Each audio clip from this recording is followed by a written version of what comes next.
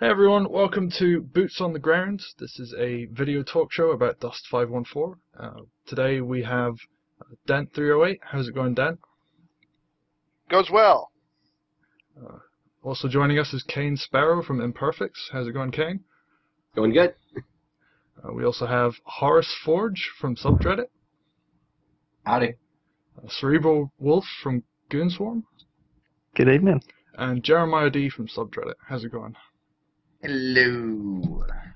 So, I really just wanted to start doing this because there isn't that much Dust content out there right now, and I feel like a good talk show is in dire need. So, without further ado, so how's it going with Dust these days, and what are you guys all up to?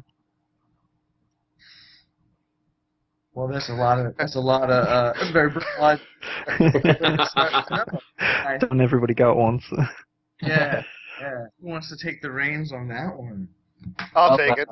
Yeah. All right, go. Right now, from my perspective, it's all about due diligence. Establishing a training core for a long-term warfighting organization for NullSec integration. That's where I am. Yeah, we've been really, really busy ourselves just setting up the basic stuff, ready to move into Null at a later date. There's just so much to do and just not enough time to do it, even though that we're still in beta.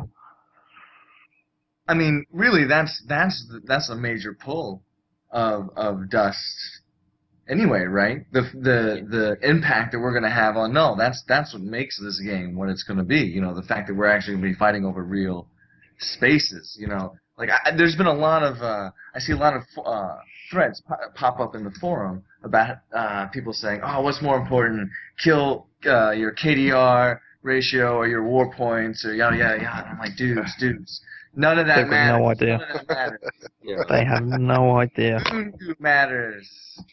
The problem. Well, it is. You know what it is right now. That's all everyone. That's the only thing that people have to grab onto right now is their stats, because there's no larger game yet implemented. So it is right now. The game is who's on the place on the leaderboards, who's got that highest KDR, who's got this and that and the other thing. So I've got to completely disagree with that, because I don't think the stats are important at all. I think a sense of community and people being together in a corps, knowing what direction that they're going to be taking together is way, way, way more important than that. Yeah. No, it's more important. It's just in terms of, I guess, the way the E-peen swinging. The average player, the way they're interacting with the game right now is primarily through the leaderboards. You also have some of the metagame going on, in the forums and, on blogs and stuff like that, and radio shows such as this. But, I mean, there's still not as much foundation there in terms of going forward from here. Yeah, I really hope to see that in the next our next release. Which do we anybody know when that's supposed to? I thought it was supposed to happen in February. Not long, I don't think. I mean, if you've read the white paper, they basically said, not the white paper, sorry, if you read the dust notes from the CSN, they said that the releases are roughly about 3 months apart, so we're really not that far away. I mean, obviously, as you guys know, we've had releases closer together than that, but... Well, when was Chromosome anyway? Was that December? Start of December, I think. Yeah, so March. So March seems like it'd be I'm keeping my fingers crossed that it's after the tourney, though, because I don't want to have to deal with the craziness of having a patch drop in the middle of the tournament. The problems I could have. That could be interesting. Yes, right in the middle of the tournament, going from 8 players to 24 players aside would definitely be exciting to say the least. Oh, that'd be great. That'd be great. Just to tie back to talking about the leaderboards and how that's taking priority for some players, I think that's just the nature of more the console players coming in, and you get this kind of mix where you have the EVE Online players who know about the long game, they're planning for the long game, and the console players who are just kind of like, well, this is what we have now, this is what we have to work with. Yeah, that's something that I personally find really, really frustrating, especially on the forums, because you can see, even looking at people's posts, the gap in between the different playstyles just there. you can tell where or what side of the community that somebody came from just by reading their posts most of the time. Yeah. Well, and there's a cultural difference too, I think, between the way EVE players approach a game and the way console players, or more specifically FPS players, approach a game. I just think there's differences in the way they look at things as well, too. Absolutely. I think that's part of it. Yeah, I think this is something that came up in our own forum that we're gonna find an interesting integration with, because Test has our own private forums that you need API access to get into, and if you're only a Dust player, you don't have the ability to get into these forums. So our Dust players have been pretty much relegated to just our the official court forums on the Dust website. So we're in the exact same position right now as well. Yeah, so what's going to happen when they mix? There is that cultural. All those points that you brought up is something that's going to be an interesting dynamic to watch. I think it's kind of. Well, it's kind of poetic though, because if you think about it, there's always been a division between, in almost all like sci-fi and all this kind of stuff. There's always like the Navy and then the ground forces. There's always that conflict there, anyways. So, I mean, the fact that we're actually seeing kind of that similar culture crash between the Navy and the ground forces, to me, is actually one of the things that, to me, has always been very, very hilarious. Because that's going to be one of the biggest hurdles that I've encountered myself personally so far anyway, is just the general attitudes of certain EVE players. I'm not going to name names or point fingers at anybody specifically, but some of you know where I'm going with that, but yeah. Well, yeah. I mean, FPS guys they're swarmy and they talk crap, and they're very abrasive a lot of times, and sometimes people encounter that and they're like, they don't realize that when people are talking to you, it's very similar to when you turn that microphone on to the, when the defensive line and the offensive line in a football game match, it like lines up with each other. The stuff that comes out of people's mouths, make you turn white. But the thing is, at the end of the game, it's over. It's over and done with, in terms of that interaction. Well, yeah. It's pretty funny too, from the EVE perspective. I mean, there is sort of a culture in some sense of a civilized combat. I mean, sure, there's a lot of dark dealings and stuff that goes on in EVE, but there's also, I mean, with dueling, with SOV warfare, there's sort of this like almost historical, civilized form of combat, and it's interesting to see how Dust players are coming into that and just wanting to take all the objectives and just kill everything. And it's really interesting that you say that, because I mean, I started playing EVE myself back in 2008, and I've been playing it on and off since then, and I can see how much sovereignty wars and so on and so forth, and how battles have been fought in EVE has changed, and it's a hell of a lot more gritty and darker now than it used to be originally, and I'm sure some people here can back that up. I mean, when Bob was around, things were very much more eat honor and all that sort of thing, and now it's more about winning regardless of the cost. Well, yeah. Well, they had a very that was kind of their motif, their idiom. They're like and those were the guys on top, and now who's on top? Goons are on top, and it's a goon world, Reset test. Yeah. Nope, wait, we already did that. Yep, VFK by April. But no, I think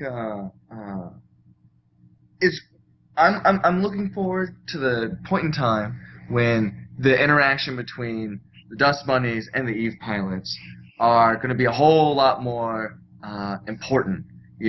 When I really and I harp on this a lot, I know. I really feel like the whole SOV thing should shift from the structure grind. We all know the structure grind sucks. Nobody likes it. It's boring. Summer update. Yeah, I would like to to see it go towards the planets. That people have to fight over to get SOV over planets to get to to have solve over the whole system. They have to take over, all the districts on the planet, and you could do this a lot faster with dust troops, like sending in actual dust troops. And of course, the people who own it would have to have defenders if you attack. I'm not sure that would even work personally, but I know the direction that you mean you're coming from. I mean, CCP have gone on record to state many, many times that you don't need Dust to win at Eve, and you don't need Eve to win at Dust or whatever. They're both going to have their own separate mechanics and stuff. There's going to have to be some advantage. There's going to have to be some advantage we can manufacture with ground action that'd be relevant to our fleet commanders and our military directors.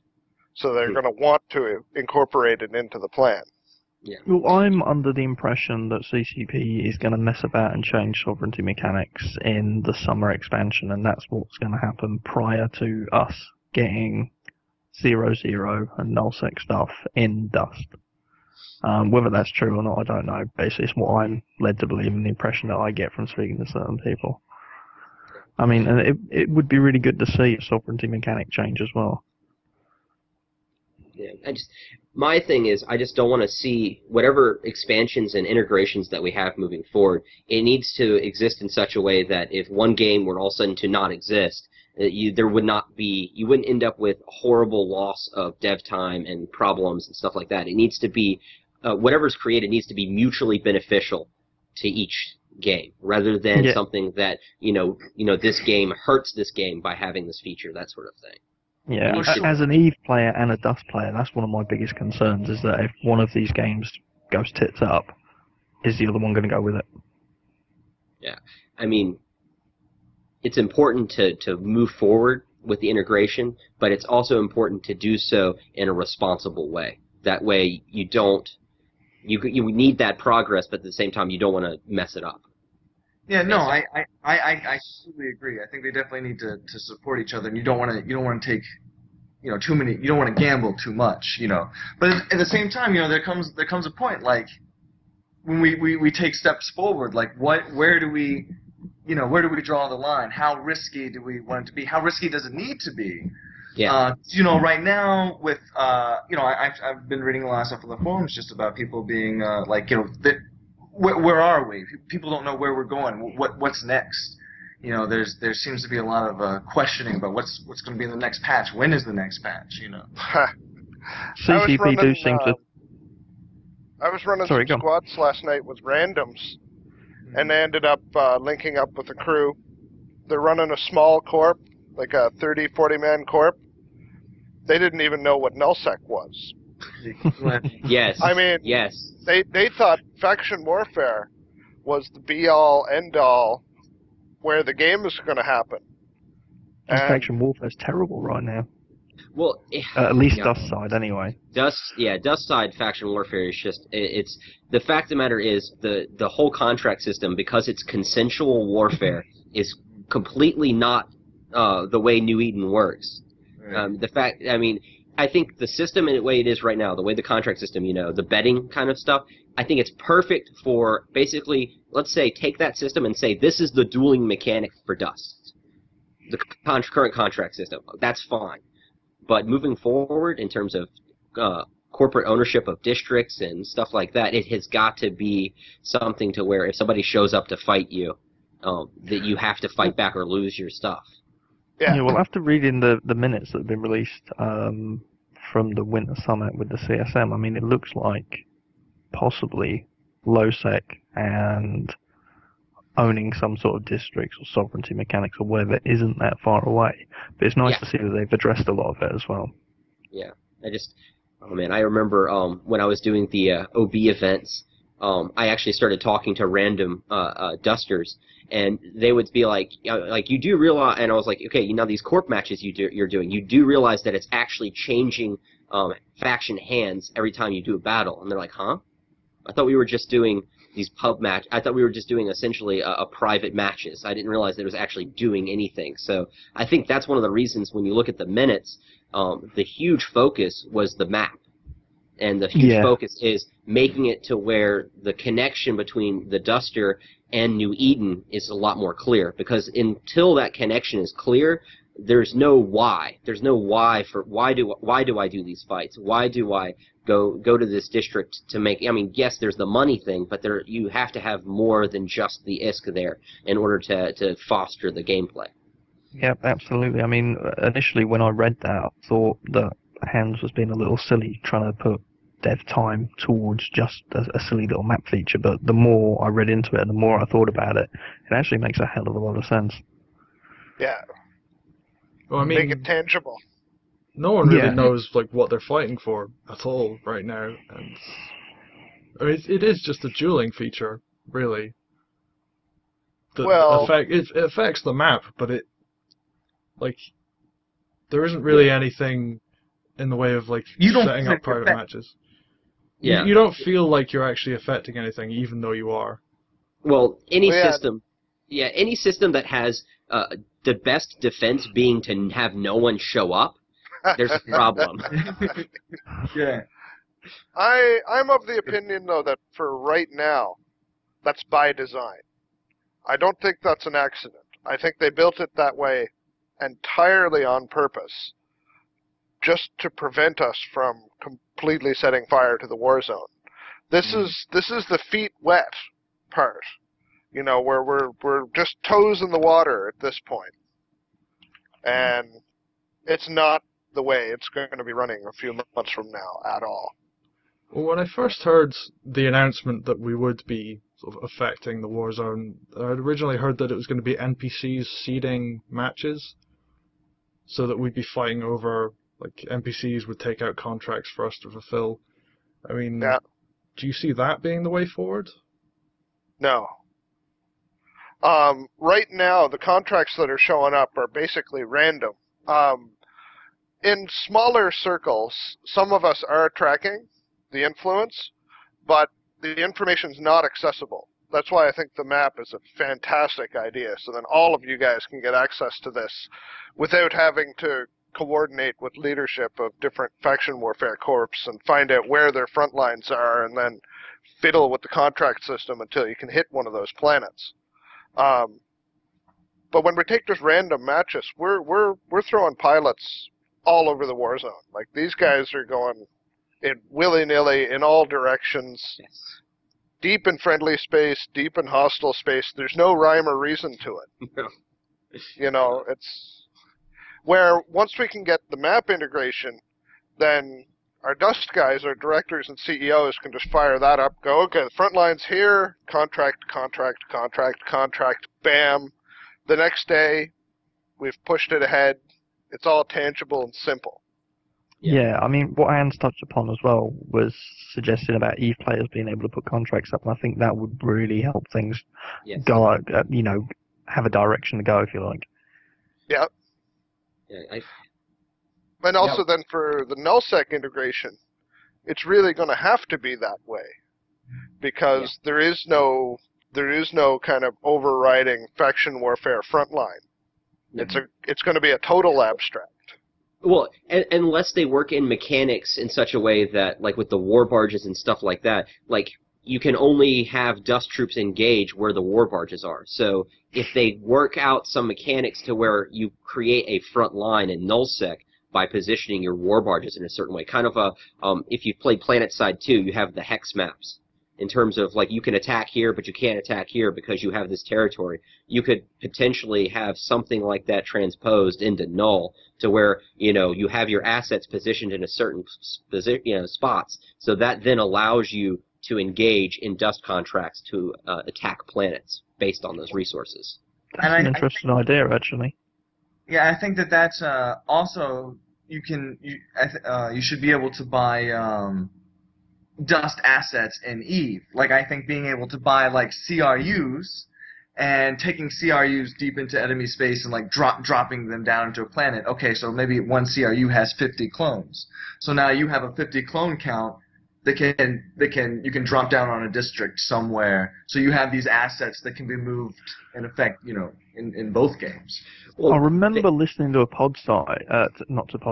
podcast where I think it was CCP Commander Wang and CCP Praetorian, I could be wrong, but they were talking about Dust Corps essentially living out of their war barges and having everything on there, their clones, their weapons, their ammos, the CRUs, the turrets, absolutely everything, and that being able to be moved around at some point in the future. Mm-hmm. Yeah, I mean... But how does that interact with the EVE client? You know, that's what my question for that is, because I just don't know. It's a big question. It is a big question. I mean, personally, I'm hoping that we're going to see them EVE side. Yeah, I mean, I wouldn't be surprised if, honestly, I think the way that they're going forward with faction warfare and district ownership and all this stuff from corporations, they're basically testing the water for how they want to do it in Null. Because you have to get it right. They want to get it right first. Faction warfare, I think someone was saying there's like 5% or 3% or 5% of the EVE population plays faction warfare. It was something small, but that may be an old statistic. But the idea is you can go into faction warfare where people are kind of starving for, where they've already done tons of improvements, but people are starving for more and more stuff. But it's also a safe place that you can make pretty big changes, but not have to worry about upsetting the entire balance of all the nullsec politics and all the nullsec alliances and resources and all that sort of thing. Yeah, absolutely. Yeah, it makes a lot more sense for them to use faction warfare as a foundation, moving into Null later on. I mean, as much as we all want Null, and that is what a lot of us are here for, they've got to get it right, especially with us now being live on TQ. Yeah. I mean, I could see them taking small steps this summer, but, you know, real integration, I couldn't imagine happening until the winter expansion, probably. You know, any super big changing effects to some. Well, it's interesting you say that, because, I mean, myself and Kane had a conversation about this not long ago, and we were thinking that maybe we're going to see Dust fully launch on the PS4. Yeah, which would put it around summer. Yeah. Around September, October night time.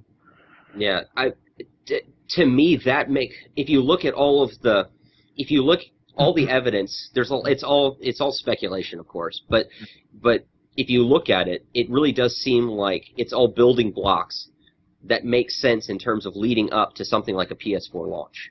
I mean, there was quite a lot of things that we managed to put together in order, and it's all pointing in that direction, isn't it? Yeah, I mean, even if you look at how the clusters were added to Tranquility right before Dust actually launched, I think it was my terminology may be off, but it was like 20 clusters for EVE, and then they added 20 clusters in one go, and then the next day, and then like later on they added another 20 clusters.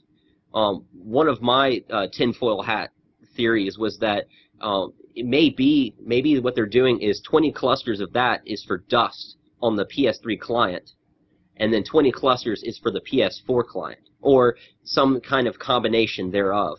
You know, you have basically hardware resources laid out and allocated in order to deal with these different windows that CCP is planning on looking into New Eden. Absolutely. I mean, as we discussed the other day, CCP Praetorium was on a podcast, a recent one, I think it was Cast 514, and he said that they were currently in the process of recoding or coding a lot of stuff into C++, which I don't believe Unreal Engine 3 uses at all, but Unreal Engine 4 does. Mm-hmm. But a lot of the work that they've been doing as well is really removed from any individual platform. It's about having a base that can be, you know, between EVE and Dust that can be used on any console, it seems. They're just getting that Dust-EVE link working so that, you know, in the future they can go to other platforms as required. Absolutely. I mean, as pretty much everybody knows, C++ is really popular. I mean, you could use that to put it on the Xbox, you could use it to put it on the PlayStation or on the PC or whatever they wanted to do further down the road. Yeah. I mean, and not only that, CCP has a history of operating multiple clients in terms of accessing. I mean, when they moved from, I think it was DirectX 8 to DirectX 9, they had both clients running simultaneously at the same time, and you had one with, you know, certain access to certain level of graphics, and then you had the other client, which had better graphics, but they both were able to interact with the world. So, I mean, you could end up with a situation where you have Unreal 3 and then Unreal 4 on two different platforms I actually think that one of the reasons that the Vita development went quiet is because they recently announced with all the streaming stuff, it may very well be with the Vita that we get the PS3 client streamed to the Vita. And that may be how the Vita interacts with Dust, is you actually get the full client on the Vita for streaming. Yeah, I had the exact same thought after the conversation that we had the other day about it, because I was reading up more about the Vita, and it makes a lot of sense, exactly as you've said. So you could play Dust 514 on the Vita, just like you could play it on your PS3. If they use that streaming service, I mean, the thing is, they could always limit it. They may not like the idea of having to deal with integrating the controls and stuff like that. Who knows? But the thing is, it seems like the technology, because of the steps that Sony has taken and the way that they're integrating backwards compatibility into the PS4, it could very well be that that's how the Vita is going to actually interact with Dust. And that's why all of a sudden, we kept on hearing a bunch about the Neocom app, and then all of a sudden, we didn't hear anything else about the Neocom app. Yeah. No, that's true. I mean, think about all the things you could do, especially if you're a director of some type, or when Song of Warfare does become important. All the stuff that you could do on the Vita, it's touchscreen, right? Yes, it's got a front touchscreen, a back touchscreen as well. I mean, that would be awesome to be able to move the map around. And I have an app for Eve. And it's really, I have 3 Eve apps on here, and one of them is really, I only use it because it's the only one with a 3D map of New Eden, Okay. Oh, I did not know that existed. Oh, yeah, it's called iClone. And moving it around with your fingers, it's awesome, Yeah. Well, I mean, I think that's the way CCP is going, is they want, before they were kind of, they were restricting how you access New Eden, but I think one of the things they've realized is that the more they open it up, and especially if you look at the CSM minutes, talking about, hey, would PI be better if you interact on your iPad rather than having to use the Eve client? Ooh. Speaking of PI, did you pick up on that in the CSM minutes? No, what did you, no. Tell. Oh, no, there was a line in there where they specifically mentioned Dust affecting PI. Yes, I did. Oh, yes, I remember that line. Time to stock up on your PI goods. Yes. Those prices are going to go through the roof. I have planets. What do I need to stock up on? Anything temperate planet related, I'm going to guess. Yeah. Oh, right. No, I'm all on arid planets. Yeah. Oh yes, I have my one temperate planet, my pet temperate planet. So I don't even do PI. I just buy everything from GR. I have to confess that I've been doing. I have the past 12 months. I've been doing a bunch of PI just because hearing about Dust and hearing about planets. I was like, well, let me get in on this and see what it's like. And oh my God, it needs help. Well, personally, I'm looking forward to you unducking your carrier. I did the exact same thing when Tyrannus came out. I was like, oh yeah, this is what Dust is all going to be about. I'm jumping in on this PI, and forever have I been stop. You stupid. I have 200,000. Oh, the links overflowed. Oh no. Oh God, my fingers hate me. So, you know how many planets I've moved? You know what? I will admit that I actually do really enjoy PI, but I completely understand why a lot of people would find it grating and boring. But I don't know. You should find some nice plasma planets in nullsec somewhere, because on one account you can make enough ISK to pay for your account and have enough money left over to PvP if you're doing it properly. In what way? On what planet? I don't have null. I don't have null plasma. Yeah, plasma. I know where a plasma planet is. I can get one. No. You need to do it on your characters on your account. Oh yes, I love plasma. Make enriched uranium. I think it's enriched uranium on a plasma planet, and you're set. That's a good one. Yeah. Because let me tell you what, man. That nanite repair paste, I made the wrong bet on that shit. What? Oh, I can't remember. I had one thing that I was cranking out tons of, and it was actually turning some good profit. And then all of a sudden, I think the next week, basically everyone realized how easy it was to make. Yeah. from what I've been reading, there's like inherent bonuses in having that faction control for Dust to PI and also to system bonuses. Is that do you think that's coming soon, or what do you think about that? I mean, originally that was for Winter, or they were implying that it was going to be in the Winter expansion, like the one that we just had, but we didn't get it in the end, and I still have no idea when that's actually coming. I was really looking forward to it as well. That'd be district ownership. Okay. So if your PI guys put their gear down within a district that is friendly to them, there would be some sort of a production bonus. Yeah, wasn't that all a theoretical conversation though, as opposed to something that they said that they would definitely be doing? I mean, I don't know if it's tangible or not. It was the faction warfare bonuses, right? For starters, I think they'd start with faction warfare. So I know right now you get like maybe a bonus for taking over the system or flipping it, but there would be other bonuses as well to be had, right? Originally, because it works on like a tier system, which you upgrade using loyalty points, there was a bunch of discussion about, and there was actually a list of like potential bonuses of things like pos fuel would cost less or you'd use less pos fuel even, and things would produce faster in stations and that kind of thing. But we didn't end up getting, I think, any of that. We still get the things like clones cost less, but it's low sec, so nobody really loses any of those. Well, yeah, instead we got a massive way to make loads and loads and loads and loads of ISK really, really easily. Yeah. But mentioning clones though, that reminds me of that in the CSM minutes, one of the things they did mention is that they're specifically going to add Duster clones as a market item. Mm-hmm. Yeah, and I've been expecting that for a while, but. Personally, I think that's good, purely because a lot of people have been saying, actually, people from your corp, Mr. Kane, have been saying, oh, what a goon's going to do? They're not going to be able to zerg in a 8x8 clan match or whatever, and we can just drop 10 million clones on you and say, right, now what are you going to do? all things have to tie back to the market.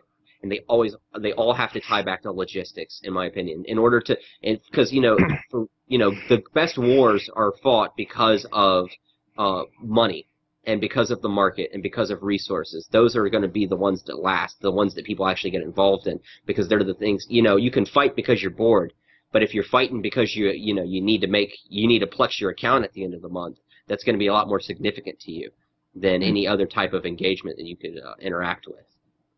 Absolutely. So, going back to the CSM minutes, we've mentioned... what have we mentioned?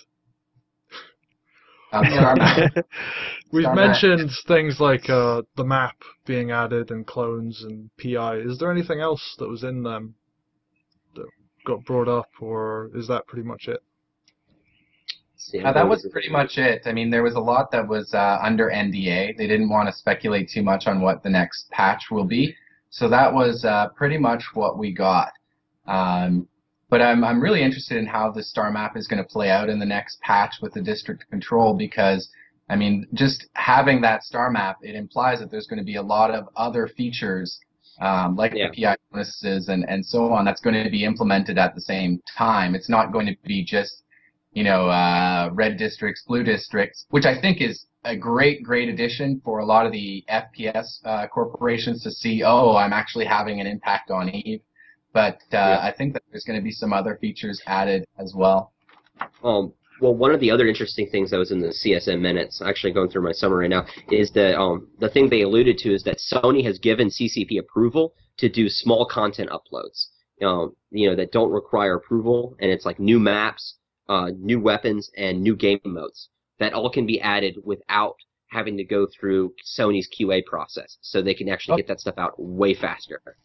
They've been doing that. That's all done server side, though, isn't it? So yeah.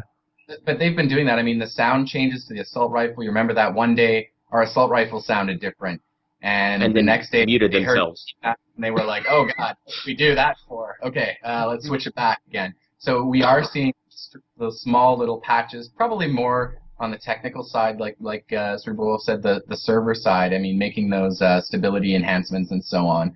But we haven't really seen any content streamed through those yet. Yeah, like I think if they could just throw the FPS guys a bone and give them just a new map, just even not a redistricting of the reds, not putting different turrets, but if you actually have a base map that's new, just one new base map would make people so freaking excited they wouldn't know what to do with themselves. I mean, we haven't had any new maps for a while now, have we? Yeah, Speaking of maps, when do you guys think we're going to be able to get the whole? I mean, you guys know when you zoom out, you see how much is available. I want it. Well, I remember reading that they're expecting the maps to be 3 kilometers by 3 kilometers, like just for potentially for a single battle, and that is almost as big. Longer. That's almost as big as an entire PlanetSide 2 continent. Have all of you guys played with the old skirmish version that was like I can't remember what the game mode's called, but in Battlefield?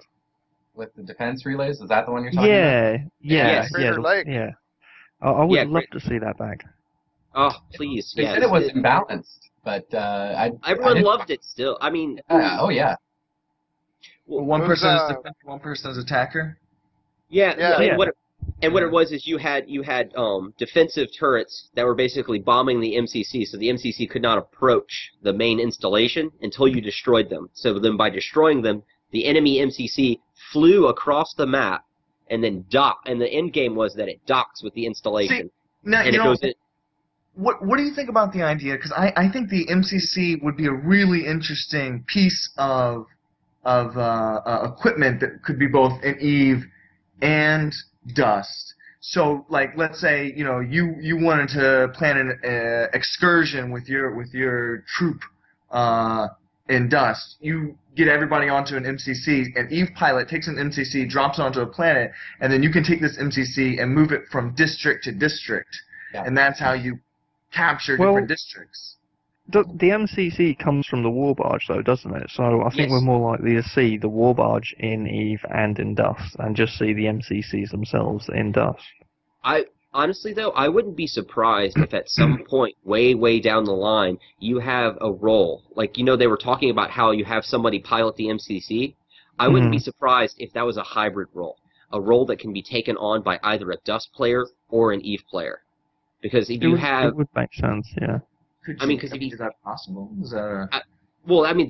I'm thinking that's like at least like years. I think that's years away before you have that. But imagine because to me that would be like the ultimate interaction, is to where you could basically step into a role that's either an EVE role or a Dust role. Right. Yeah, well, think 10 years down the line, look at how EVE's come along in the last 10 years. Can you imagine the Dust EVE link in 10 years' time? It's perfectly possible that you might have a character that you're starting now that's a Dust character that later on progresses to be an EVE character as well. Yes, and if you think about it, that actually is one of the reasons that they've been so careful with the SP system, and also the pricing of the SP skills, is because I think down the line, their 10-year game plan is to actually have Dust and EVE characters unified, and and not only that, if you remember the pillars, like when they showed the pillars, and like Dust is a pillar and EVE's a pillar. God, you're going back a long time now. Now, if you think about it, there was hidden pillars to that. I think you're going to end up with entirely different ways that basically people interact with New Eden, because the whole deal is they're moving towards New Eden, right? You have the Capsuleers part of New Eden. You have the Dust Mercs part of New Eden. I mean, potentially I wouldn't be surprised. Although I think this is more of like maybe 15, 20 years down, I don't know how long, way out there, would be something to where you have something like Second Life type of interaction with New Eden. You're talking about simulated universe, man. That sounds. I'm talking about it's completely simulated universe, because the one person that nobody's ever heard from is the actual New Eden citizen, like the base person who can live and die and all that stuff. Welcome to the Matrix New Eden edition. Okay, let me. But that's like. I don't know if you guys have heard of this. There's an engine called the Altera engine. I don't know if any of you guys have heard about this. But it's really interesting. These guys have basically made it so they can render an entire planet. You can zoom from outer space down all the way to landing on the ground, and it renders it completely. No view distance, just chopping off.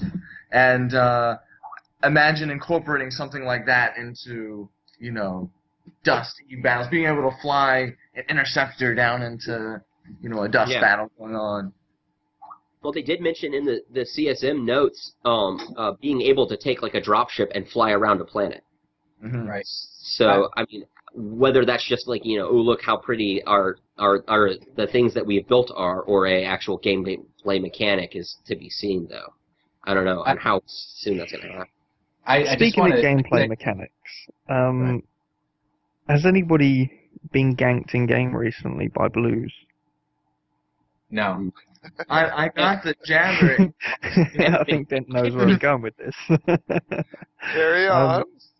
We found not so much a bug, but an interesting thing that we've recently started playing with in game. Just how every game you get 6 or 7 just random first-person shooter players sat up in the mountains as snipers. Yes. Yeah. We've found a really good way to displace them, and that's get yourself a free militia fit suit or one of the starter fits or whatever with the militia grenades and everything. Just go stand next to them and cook a grenade in your hand until it blows up. You'll kill yourself and you'll kill them. Excellent. Oh, good. The I male. mean, that's terrible. Bring it up. That's terrible. You're a horrible person.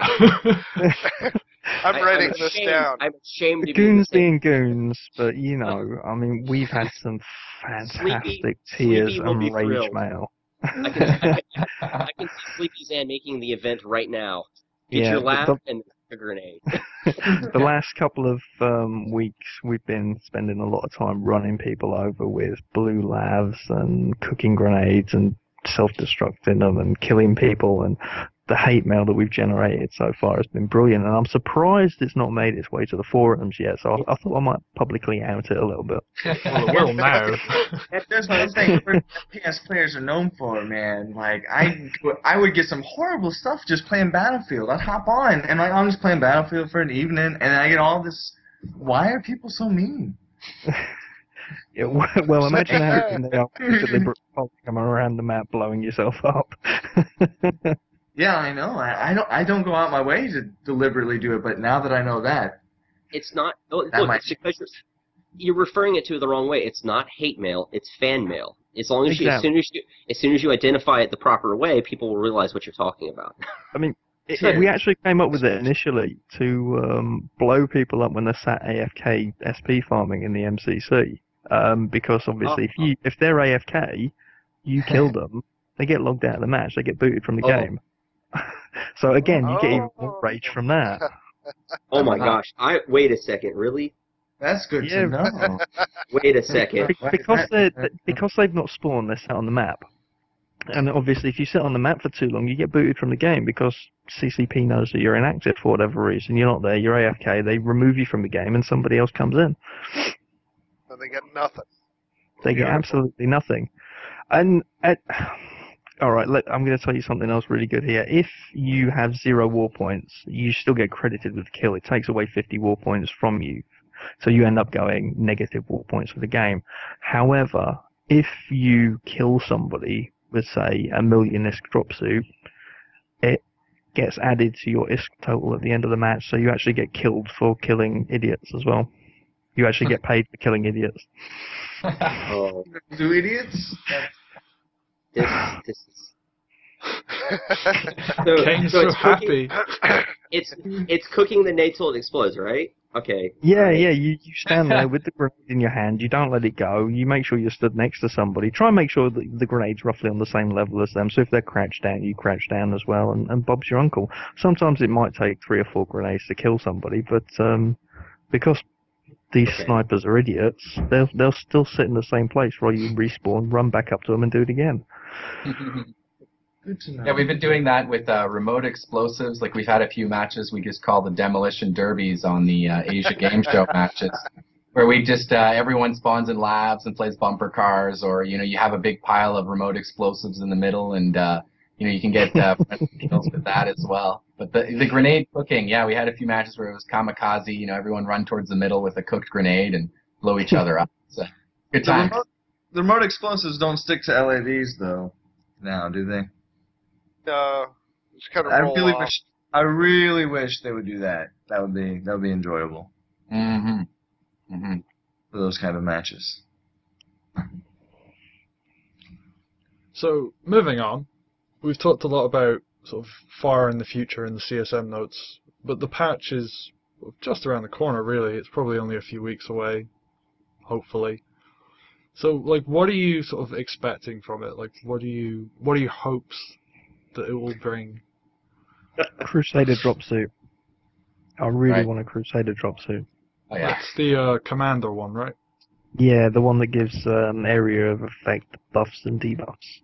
Oh, yeah, I any new content would make me happy. In all honesty, I've actually currently have 3 million SP points unallocated in preparation of any additional. 3 million. Jesus, Kane, that was quick. You tweeted that really fast. But yeah, that's oh man, because we need stuff. We need stuff. Like FPS players are. I mean, you need content in terms of gameplay, but you also need content in terms of stuff. It's just one of those things that you have to give FPS players more toys as you move forward. Yes, they can be a little ADD. Yes, as I'm going. No, hey, no, me too, man, me too. I'm right there. I have no disrespect. I like to call it linear thinking. Yeah. The great one thing. We have lots of toys. I mean, we have more customization than most other FPSs out there. Yes. I don't know. If they could do the star map and they can fix faction warfare to where it's non-consensual, I will be the happiest person alive, because I think it's great that people be able to plant their flag in the ground, but also I think it'd be great for people to be able to come in, take that flag out of the ground and burn it without the person being able to say, no, I'm not going to fight you today. Well, yeah, because I mean, if you think about it, how long does it take for a real army to conquer a piece of territory? However long it takes for them to move there. This is now ours. We're here now. Honestly, I'll push your flag over. On that point, me and Beers were talking back and forth about stuff, and one of the things that we were thinking is that in order to make it to where owning planets is not like a job, because the worst thing you can do is make grinds that feel like a job. And if all of a sudden you have to be constantly there. And like in PlanetSide 2, one of the big problems is you take over an entire continent and then the next day it's taken back. So it feels like there's no, even though you make this awesome epic push to take the crown, and take it in and hold that, it seems like the next day it's gone. So one of the things we were thinking of is, what if you had a loyalty system in the districts, right? And it ticks up per day, or some form or fashion. It ticks up, and then at a certain percentage that was one of the things that they mentioned in the Winter Summit as well, wasn't it? Was some sort of loyalty points or rewards for people sticking with the same faction. No, yeah, they were thinking loyalty. This sounds a lot more like SOV levels. Yeah. Well, and what you do is, like, at a certain threshold, I don't know what it is, but at a certain threshold, you can put structures on the districts. So, like, after you hold it for 15 days or something like that. But that way, if somebody flips your district to them owning it, they grind slowly. It passively, not actively, but passively, it kind of takes back the ownership of the planet. And so, what you could end up doing is, once it hits a certain point, there'll be like two thresholds: a threshold to modify the current structures that are on it, and then a threshold to add your own. So you could, and the threshold to modify would be lower. So you could take a place, hold it long enough, and then raise everything to the ground, and then move on to your next conquest. Or but will we actually own planets or districts or whatever in faction warfare, or is that going to be left solely to the NPC corps? No, the ownership, I mean, from what I've been reading about the CSM minutes, ownership is going to be in faction warfare, because I think they realize that people being able to put their name on the ground is vital for the game to be successful. I thought that was for LoSec, not faction warfare LoSec. No, when you talk about when they talk low-sec, though, the only way that right now that Dust can interact with low-sec is through faction warfare. I think the ownership from corporations is going to happen with the corporate ownership is going to be through faction warfare, and I don't know how they're going to do it, but I think they need to make sure that they do something that it's not instantaneous. You don't you can't take an entire planet. You can't spend an entire Sunday taking an entire planet and then hold it for a few days and then all of a sudden have it instantly flip over the next day, because that means people are going to constantly be on. You're going to have the time zone differences be an issue. What you want is you need a system that basically rewards occupation but doesn't punish conquest. So to speak, that thing. You need to make. I don't see time zones as being an issue or a complication or however you want to call it. I mean, I see that as part of the gameplay mechanics and part of having a good, well-organized corporation is people that can cover all time zones. Yes, but you want to make it approachable to the FPS crowd, which may or may not be able to be on all these time zones at once, and they may be a smaller organization. Yes, but are they going to be the sort of people that want to hold sovereignty as well? Yeah, are they going to want to own space? Well, not own space, but own a district. Yeah. I mean, there's no point in I really don't see your average FPS player jumping on for a few games and thinking, oh, I'm going to take that district, I'm going to hold it, I'm going to make sure I defend it. Well, I mean, I don't know, because the thing is, the way Dust is structured, the way Dust has been advertised, the players that it draws in often are the people who want to have something more to their game. They want to have it more than hitting the prestige level 3 times. They want it more than hitting all the unlocks, at the end of it, and getting level 50 and grinding back again.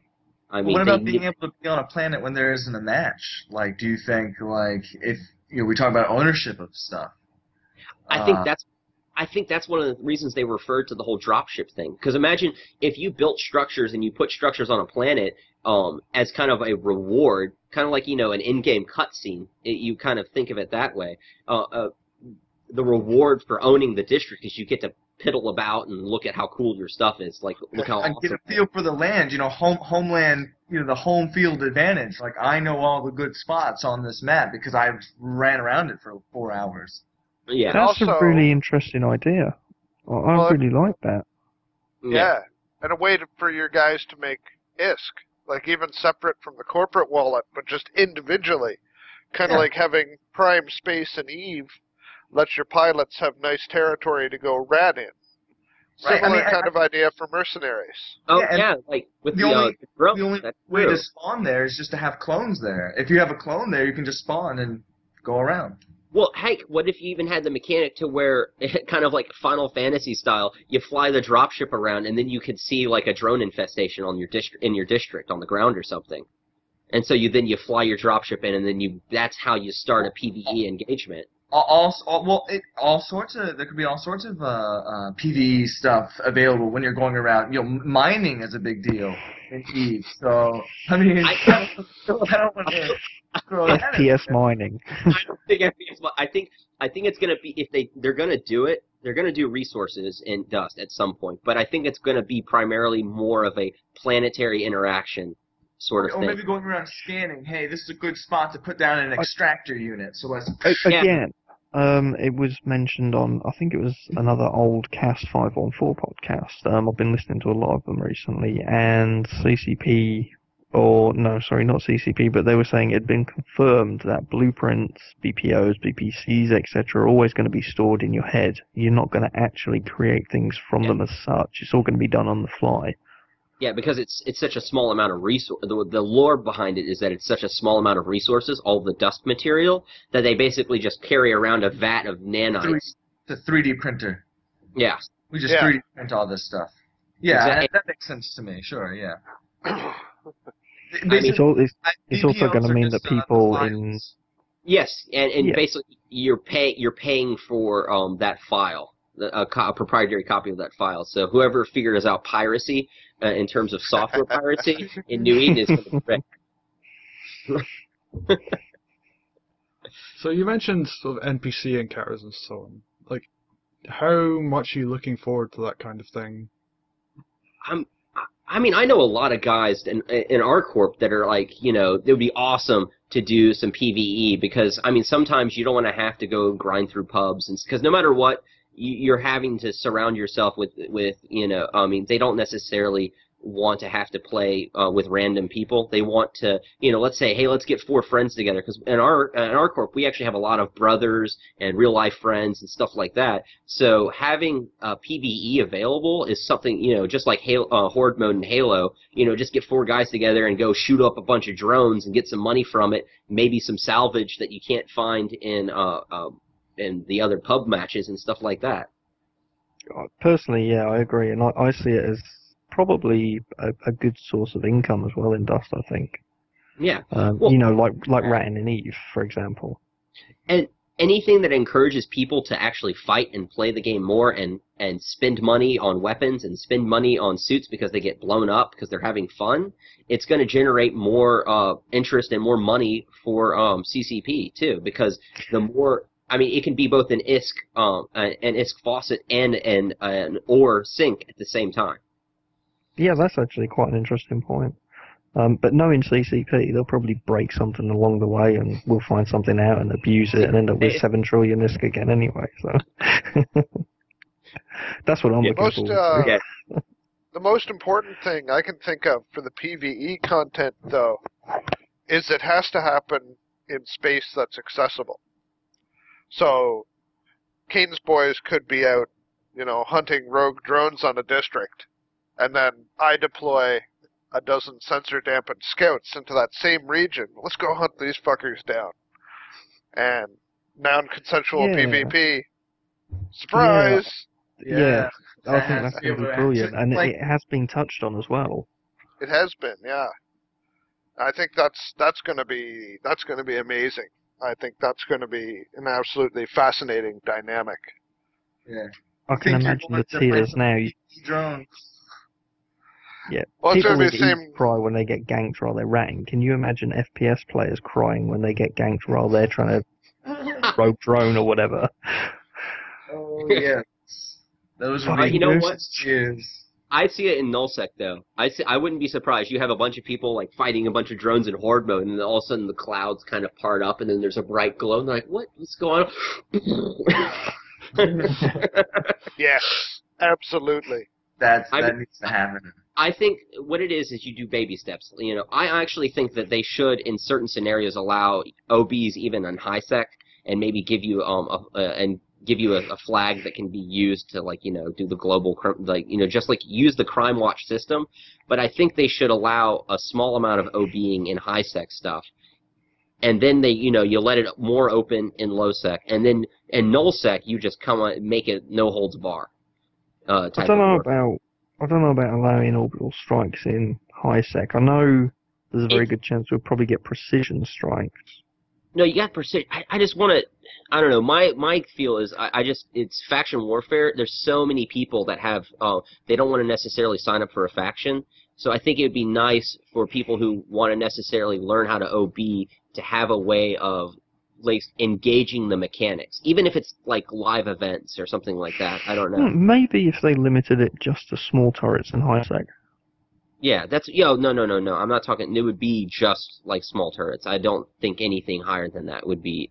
But I just think there needs to be more engagement with that mechanic, because I think the orbital bombardment mechanic is one of the big selling points for this game. And the fact that you can shoot around in a PC game that goes in through and hits a planet that comes in on a PS3 game and then blows up a Merc. I mean, that's one of the things I remember. I was talking to my brother-in-law who knew nothing about Eve, nothing about Dust, and I was describing to him when we were doing one of the orbital bombardment events. We had called in an orbital bombardment. And then we went in, we got enough war points for the next one, and it didn't work. And so we were like, yay, we found a bug. And then the guy in Eve comes back and says, no, I just got blown up. That's why you don't. I mean, and that level of interaction just made his jaw drop. He's like, how do you sign up for this? Where do I go for more information? It's an amazing piece of technology. Just the whole integration of this thing has never been done before. It's amazing. Yeah, I mean that's one of the reasons I've been kind of obsessive about the orbital bombardment events that I've been running and the tourney stuff. It's just I think it needs to get out there and people need to know about it, both in Dust and in Eve. Like I said before, some Dust mercs don't even realize that we're actually taking districts in the corp battles. I mean, to me as an Eve player, that was actually a little frustrating because I know you have Eve Dusters like setting up like we're gonna practice. Let's do a practice match. Well, that practice match is actually screwing around with Eve pilots. Yeah.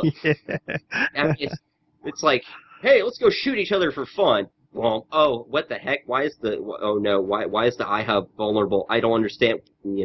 Come on. So, I don't. I think that might rectify itself later on, though. I mean, CCP haven't done a lot of marketing recently because obviously it is only a beta. Maybe once we get closer to release, they start ramping it up, letting people know. Yeah, the rumor I heard is that the money that CCP has set aside for the marketing campaign for Dust's launch is actually larger than the entire budget for the PS3 launch campaign. I mean, which is one of the other things that I think that they're actually going to launch this as this crazy. Because the thing is that the other thing that came out of the PS4 thing is they're not only pushing the PS4. I mean, heck, they didn't show the console. They're also pushing the ecosystem. Now, yes, Dust could, and they're basically demonstrating games that push the PS4. But what Dust may be, and what Dust may be for Sony and for CCP, is the game that pushes the entire Sony ecosystem, picking up your cell phone and accessing, the Sony app in order to get. They've been talking about streaming games, right? That's what they were talking about. And I may say it wrong. Gaikai, it's like Gaikai or something. Sony bought an entire company that's dedicated to streaming. I mean, I think now that I think about it, it may be that Dust isn't necessarily just a PS4 launch title. It may be an ecosystem launch title. Yeah, it's an interesting idea. Yeah, I mean, it could be a big flagship, no doubt about it. Like for the PS4. I mean, this whole integrating these two games together, this sort of simulated universe idea it's stimulating to people who even maybe not would normally be interested in either one of those hobbies. Just from a technological standpoint, it's just a fascinating experiment to watch. That's why we need the market involved. Is that happening next? That's the biggest feature that I want next, personally. Oh, please. I mean, honestly, just the ability to trade ISK between duster to duster would open up so many. I mean, like you could let's say you have a duster that's like let's say you have a duster that wants to be a ringer or wants to be a freelancer, as some other people prefer to call it, a freelancer for other corporations, right? They'll say they're a really good AV guy or they're a really good AR. They could go up on the forums and say, hey, I have some free time where I'm not fighting for my corp on these days. If you pay me X number of ISK, I will go in and I will be in your squad and help you with your district battles. Well, you can do that if you own a corp, though, can't you? And you've got roles. Yeah. Because obviously you can donate your own ISK to the corp. I know, but there are ways around that at the moment. There's a way. The way around it is you have to you pull somebody into your corp and then you give them the money and then you kick them out of your corp and they go back to their own. But I think what you need corporations that are able to not only be mercenaries on the entire corporate level and the alliance level. You need organizations that are well known for being elite players that can also be mercenaries on the individual level as well. It's, the Logi guys, Lotus, they proposed a mechanism like that months ago, specifically for like a Logi for hire service. Yeah, we actually. Do you remember those guys? Lotus, I think, is what they turned into. The most recent interaction with the people talking about that was one of our guys. I didn't realize he actually went through and on Google Translate and translated a please hire me kind of like spiel and put it on the Russians section of the Dust Board. So, but I don't know. That actually turned. He's like, hey, have you talked to these Russian guys? I'm like, no, I haven't. And it turned out I hadn't realized it at the time, but the only corporation that really fought us right after we won the tournament, no one would fight us. We would take contracts, and then people would just turn it down. They'd be like, screw that. And so the one group that actually fought us over and over again in the Dust OB events was the Vacuum Cleaner Corp. And I was like, I paid the, like what I did is I gave like 100 mil to the pilot, to the pilot that got the first OB kill, and then I gave 50 mil to the corporation that called it in on the ground, and then I gave 25 mil to the dusters that got blown up. And when I sent him the award, I was like, he didn't respond. I didn't quite comprehend the way he responded, and I don't think he understood me. But it turned out it was the Russian corporations. So I don't know. They're pretty ballsy and pretty good guys. So it's been kind of fun interacting with them as well. So I think we have to be mercs on individual levels too, not just on the corporate level, not just on the alliance level. We have to be able to have that part as a gameplay mechanic as well. Yeah, individual trading, individual contracts, stuff like that. I think that's going to be folded into the secondary market stuff, which is, soon.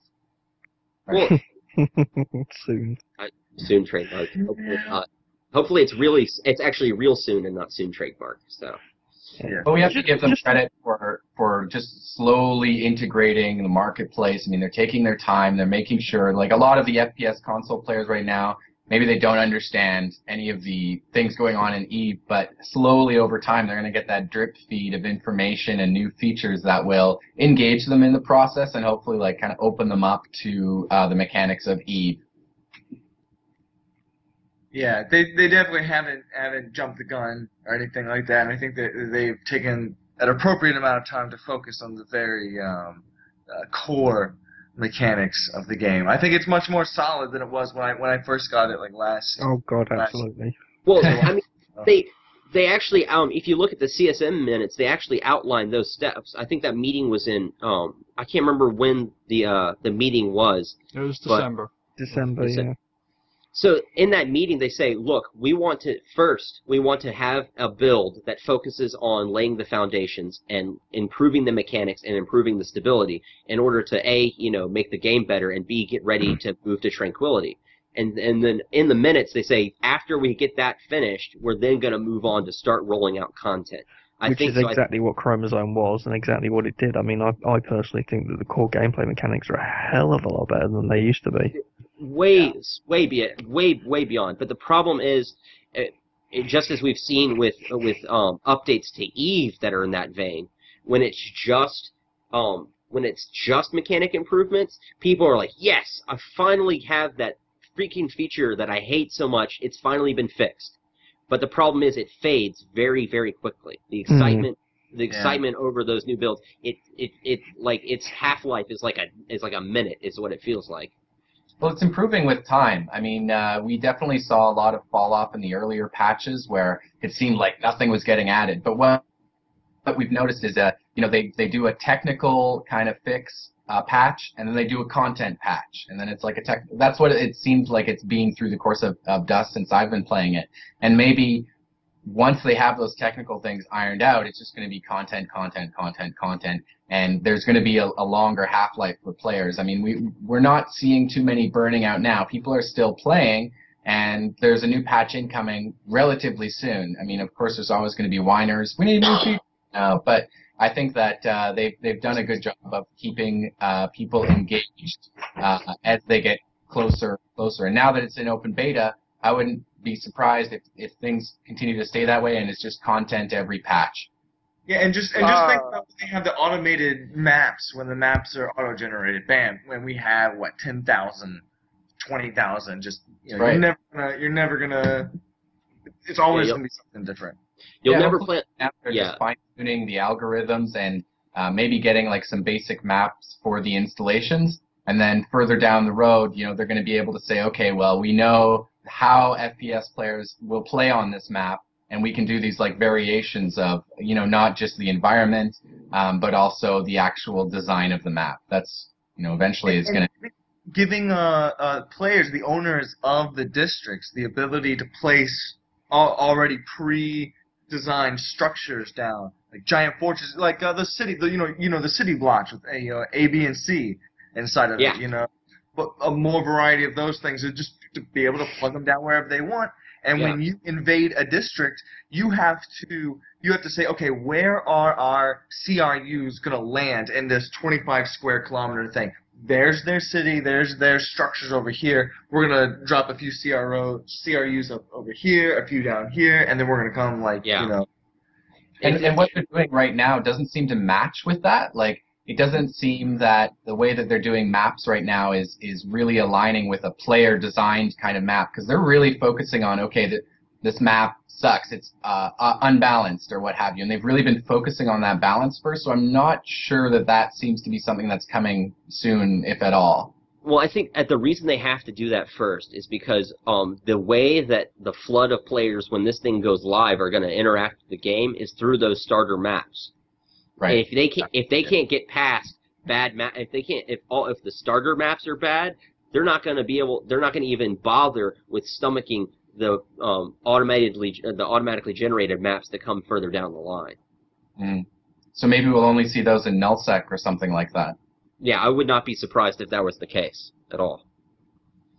Since we're on the topic of features, though, Talos would never forgive me if I don't mention the corp management tools. What, and how terrible they are. What management tools? I didn't. I don't know what you thought. Jesus. We're at 700 guys.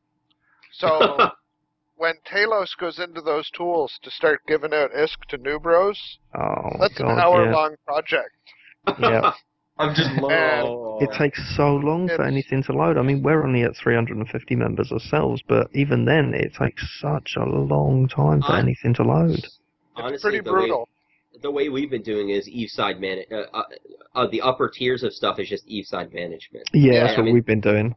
I mean, that's the only. Honestly, right now, until the tools get better, corp mail. Just give me a corp mail.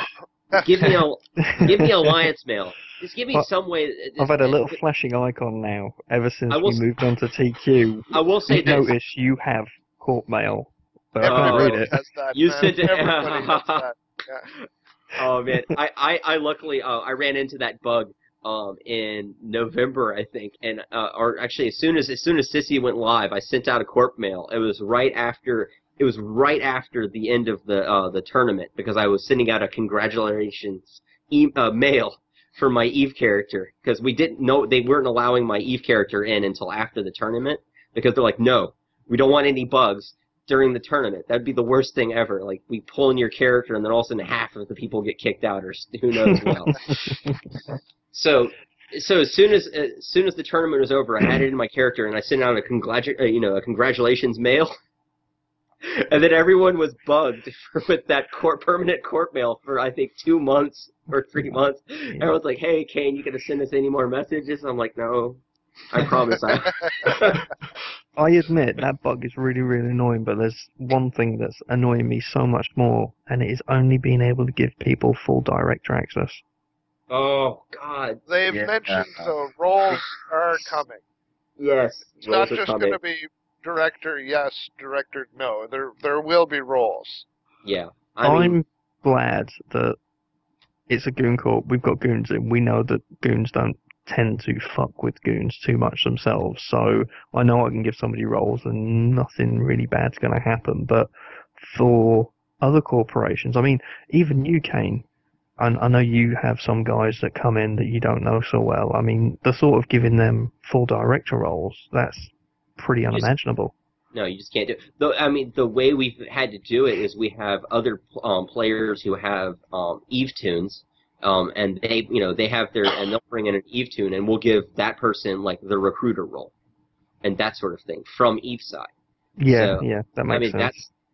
That's the way we've kind of bypassed that issue. I mean, and not only that, one of the things I really think they need to, communications is really key, and they need a unified forum, like corp forums, I think, in game. Now, granted, most of the time, I just think, yes, you can have out-of-game forums, but I think with console players, the more that you can have within game, the better off the game's going to be in the long run. As soon as a console player has to open up a PC, you're gonna lose something. Yep, I agree. I mean, the goons that we've got to play Eve, they're quite used to using external forums. Obviously, we've got our own Goonfleet forums. We've got the Eve forums that we use. We've got 6 or 7 clients that we use. You know, we've got Jabber, we've got Mumble, we've got Skype, we've got everything.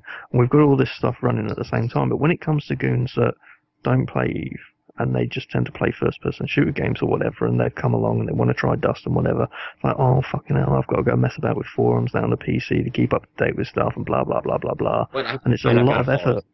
Follow Skype, and I gotta follow this. Yeah. It's just too much. It's too much for a lot of FPS players. So there has to be tools in the game to manage that. So even even if it was just Dust players, they'd have no problem at all managing like 300 people. Now, actually, Rawaria, there's something that's come up in Corp Chat recently, or not Corp Chat, on our forums recently that I've been meaning to get into, and now it actually seems like a perfect point for it. But what are your guys' thoughts on CCP allowing free access to Corp voice communications and limiting the UVT to just private channels and things like that?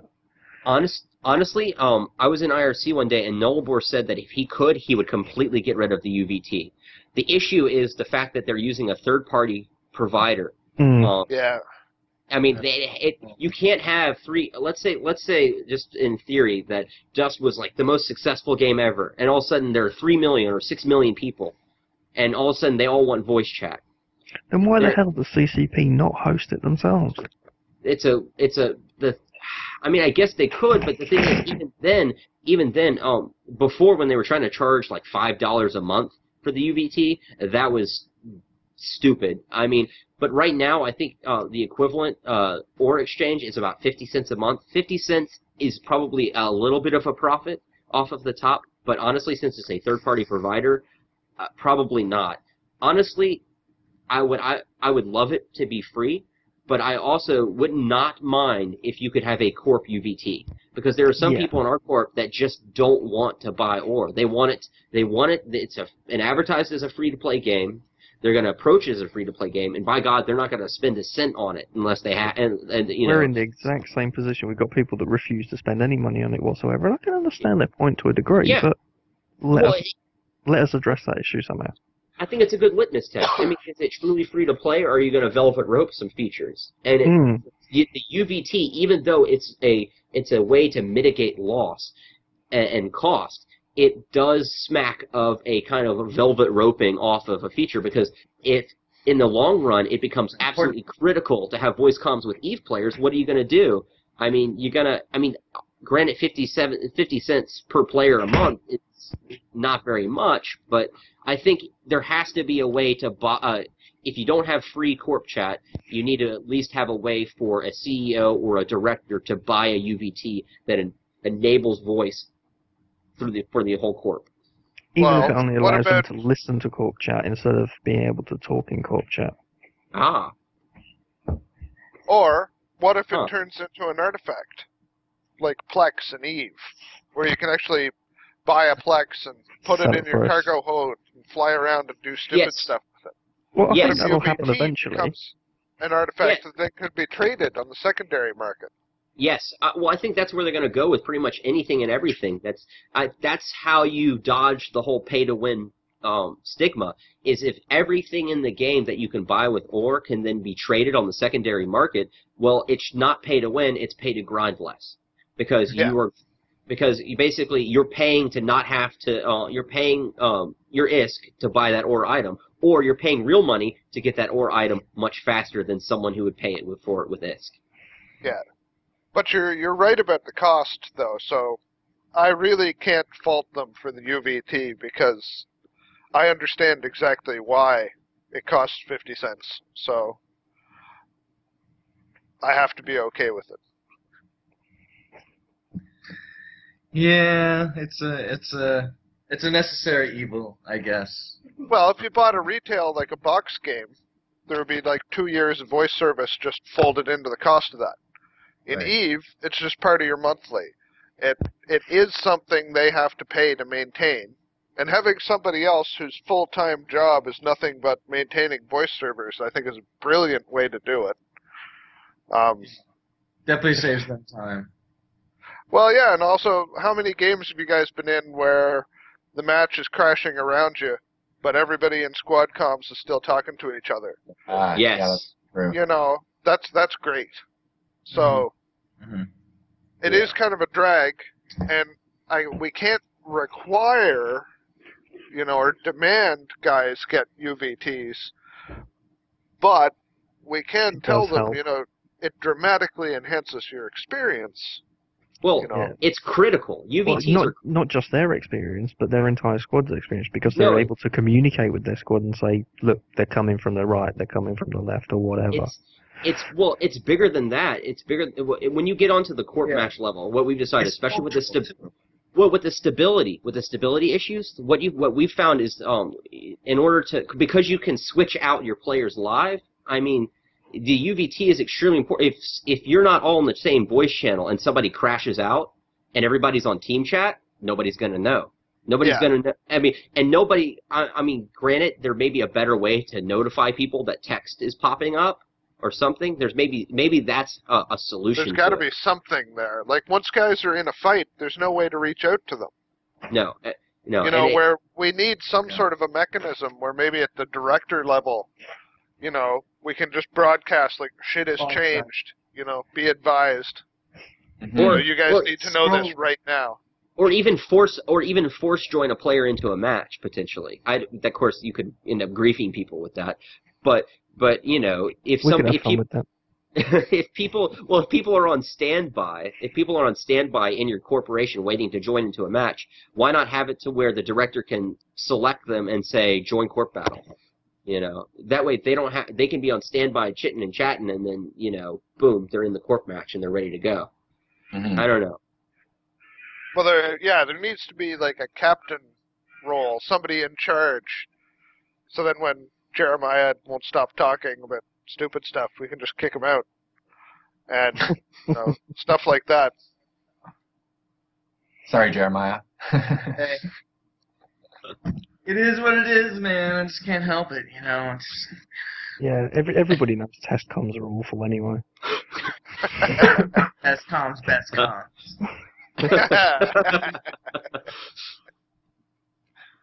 Okay, well, we're coming up to the hour-and-a-half mark, and there is a lot more that I wanted to cover this week, but I think we can go and leave most of that for next week.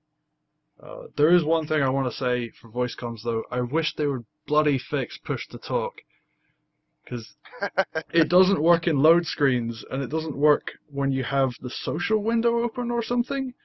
So for the longest time, I thought Horace was just a dick and not responding. Oh. Wait, I do something to add, though. It looks like from the bets, the total pool of money that's been bet, total pool, the betting pool for the Dust tournament just passed 2 billion ISK.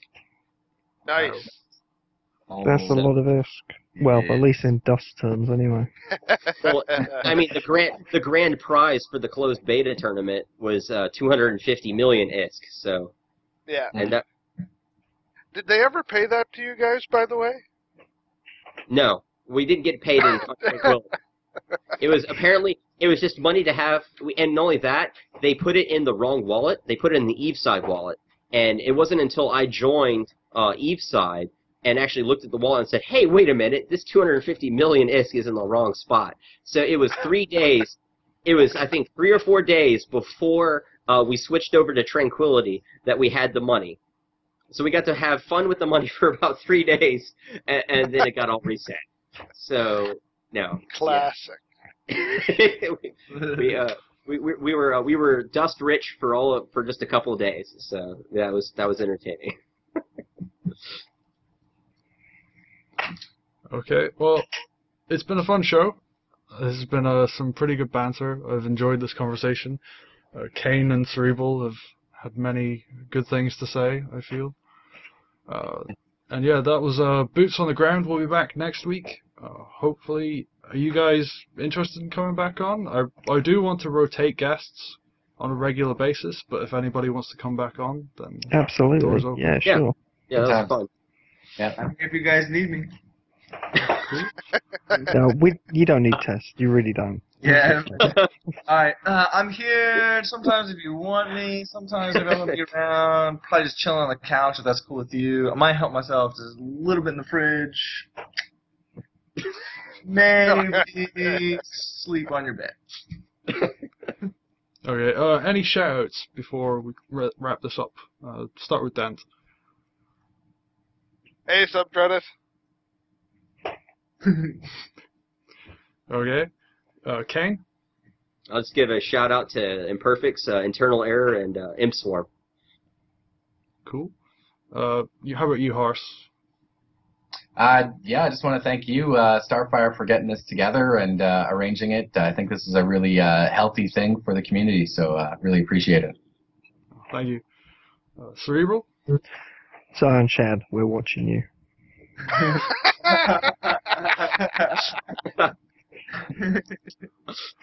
And Jeremiah D. Yeah, just what's up, everybody? Also, hello, subreddit, and I would like to plug myself a little bit. I'll probably write about this on my own blog, diaryofaDredditor.wordpress.com. If that's too difficult for you to remember, even though I put in alliteration, it's on the sidebar of subreddit.com. So, check it out. All right. Okay, and I'd just like to say it's been a great show, and if anybody is interested in watching this, we'll be doing it every week. Well, yeah, we'll be doing it every week, and subscribe. There's a lovely subscribe button up there somewhere. So until next week, peace.